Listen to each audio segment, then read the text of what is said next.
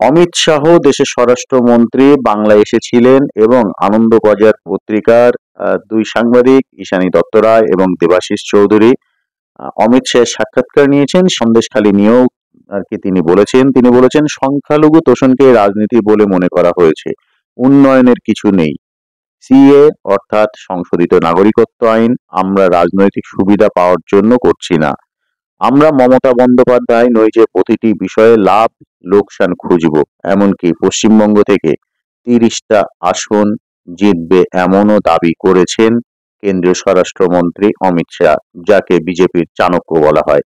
অমিত শাহ আনন্দবাজার পত্রিকায় যে সাক্ষাৎকার দিয়েছেন তা পুরোপুরি আমরা তুলে ধরছি।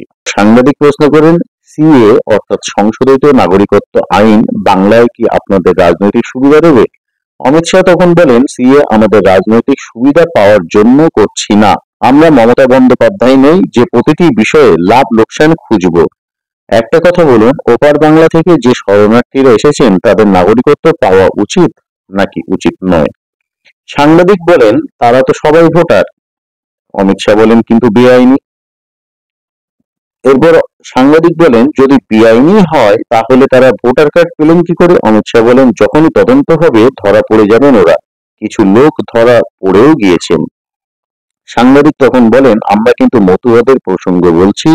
মতুয়াদের তো ভোটার কার্ড আধার কার্ড রয়েছে, তারা প্রতিটি নির্বাচনে ভোট দিয়েছেন। অমিত শাহ বলেন, যদি কেউ নাই থাকে তাহলে সিএ নিয়ে মমতা দিদির এত ভয় কেন? ওর তো স্বাগত জানানো উচিত। সাংবাদিক তখন প্রশ্ন করেন, মতুয়াদের 100% লোকের আবেদনই তো আর গৃহীত হবে না, কারো কারো হয়তো আবেদন খারিজও হয়ে যাবে। তাহলে সেই সব লোকেদের অবস্থান কি হবে? অমিত শাহ তখন বলেন, ওদের কিছু হবে না, মমতা দিদি মিথ্যে বলছেন।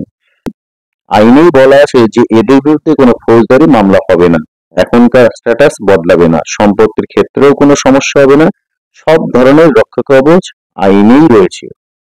সাংবাদিক প্রশ্ন করেন, তাহলে জামিন খারিজ হয়ে গেলে সেই মানুষটি কি করবেন? অমিত শাহ বলেন, আবেদন খারিজ হবে, কারণ তিনি এর মধ্যেই নাগরিক, তার নাগরিকত্ব প্রমাণিত হয়ে যাবে।